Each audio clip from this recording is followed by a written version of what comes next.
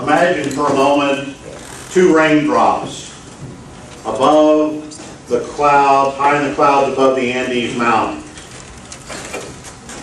They look down upon a tranquil environment, a nice mountain village, and the next thing you know, they're considering their options. The old men in the village have known that danger was coming. It's been in their bones. And the old women have been watching the snails crawl higher up the trees and the buildings. And they know a great flood is coming. When is the question? And the first raindrop falls, and then the second. And finally, our two friends join the cascade towards the rushing river that will take them to the ocean. As they're rolling along, they come across the next day a newspaper whose headlines scream about the flood and about the destruction and devastation. A village at the top of the mountain was wiped out, and it took several days for anybody to know because the communication system came down with everything else. So it was a couple of days before they could dig themselves out and find their way to a village a little lower down the mountain that hadn't been quite as hardly hit. And the two raindrops read the headlines that are screaming about why didn't somebody do something, and they look at each other and say, that's right, somebody should have done something. You know, it's an analogy for the ethics of today. None of us believe that we're the individual responsible for this flood. And yet every one of us is individually responsible for our own actions. Ethics is not about some core cultural law or rule. Ethics decisions aren't made at the board of directors. Ethics decisions are made individually, one at a time.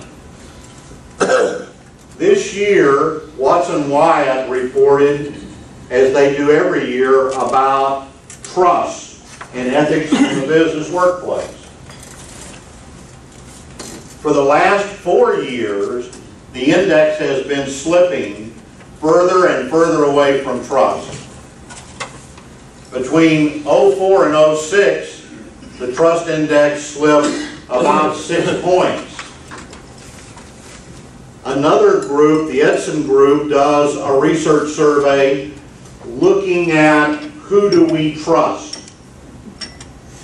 And till about 2006, we reported generally that we trusted our civic leaders, our doctors, our lawyers, our accountants. But in 2007, that changed. And it continues to change through 8 and 9. And the report now suggests that the people we trust most are each other. We look to the web for information. We're challenged by going, and I have this little cartoon in my head of a guy sitting on the doctor's examining bed looking at his physician saying, I'm just here for a second opinion. I already looked up what's wrong with me on the web. And we're all a lot like that. We've become so reliant on the greater we that we've become a little more distant about the individual I. So the individual I is what really makes the difference. I have a friend that's written a couple of books. His name is Skipper Dipple. Now, I get to call him Skipper because I've known him for a long time. Everybody else calls him Mr. Dipple. That's because they can't say his first name, which is Thurman. He happens to be one of the brightest people I've ever met. Graduated from the University of Texas at Austin with honors, not once, but 3 times. He couldn't really, and still hasn't to this day, decided what he wants to be when he grows up. So he has a law degree.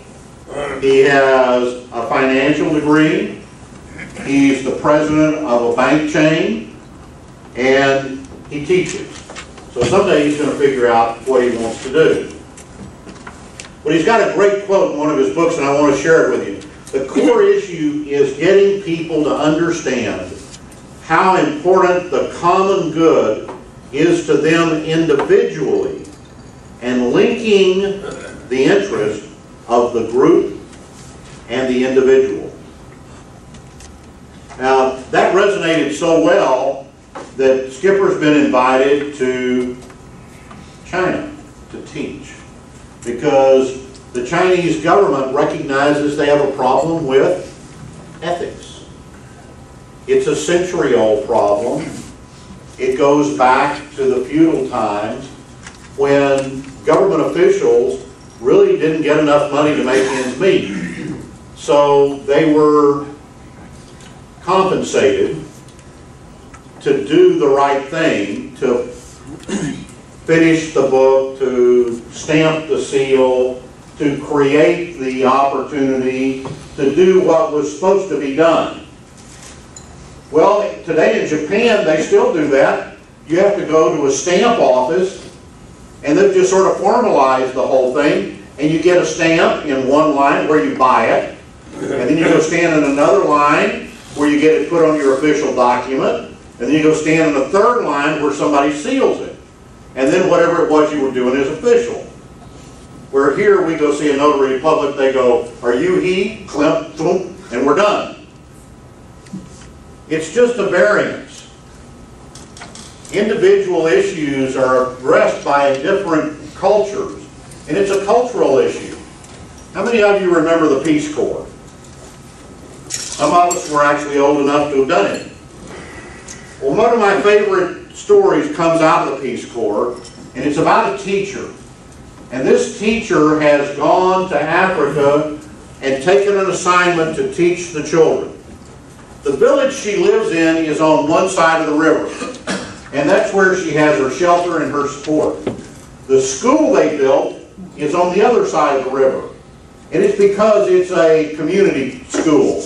Many of the villages feed that school. She gets up her first morning to go to work, and she finds the river too swift to cross and too deep. But just at the right place, there's a guy with a little hand barge who's willing to tow her across the river for 4 cents. She is incensed. She's outraged. She cannot believe that this government official has this extra job, highway robbery, she calls it. People shouldn't be charged to cross this river. It's your job to provide this. And she doesn't go to school. She just is like a Baptist preacher on a stone. That night the village gathers for dinner, and the elders are having a meeting, and they ask her why she didn't go to school. And they simply inquire, was the river too deep? Yes. Was it too swift? Yes. Was 4 cents too much to pay? No, it's the principle of the thing. It's the ethics. And she's off and running again. Yada, yada, yada, yada, yada. And everybody in the tribe's looking at her and like, your job's on the other side of the river. Why weren't you there? It wasn't an issue for them, it was for her. Ethics can be a very difficult subject. It can be a very personal, individual thing, and it's a tough issue. We were talking at the table earlier about Herbert Taylor, who wrote your four-way test in 1932 because he was the president of a company that was in bankruptcy. He used it as a turnaround tool. Ethics as a turnaround tool. Think that might work today? Yes. I hope it does, because that's what I'm here to promote and support. He turned around Club Aluminum Corporation. I've still got some of their pots and pans in my drawer. They're great stuff. It was 10 years later before the Rotary adopted the four-way test, and another 10 years after that before he served as international president. But think of the legacy he started in 1932 with the four-way test. 23 simple words that resonate today as well as they did then.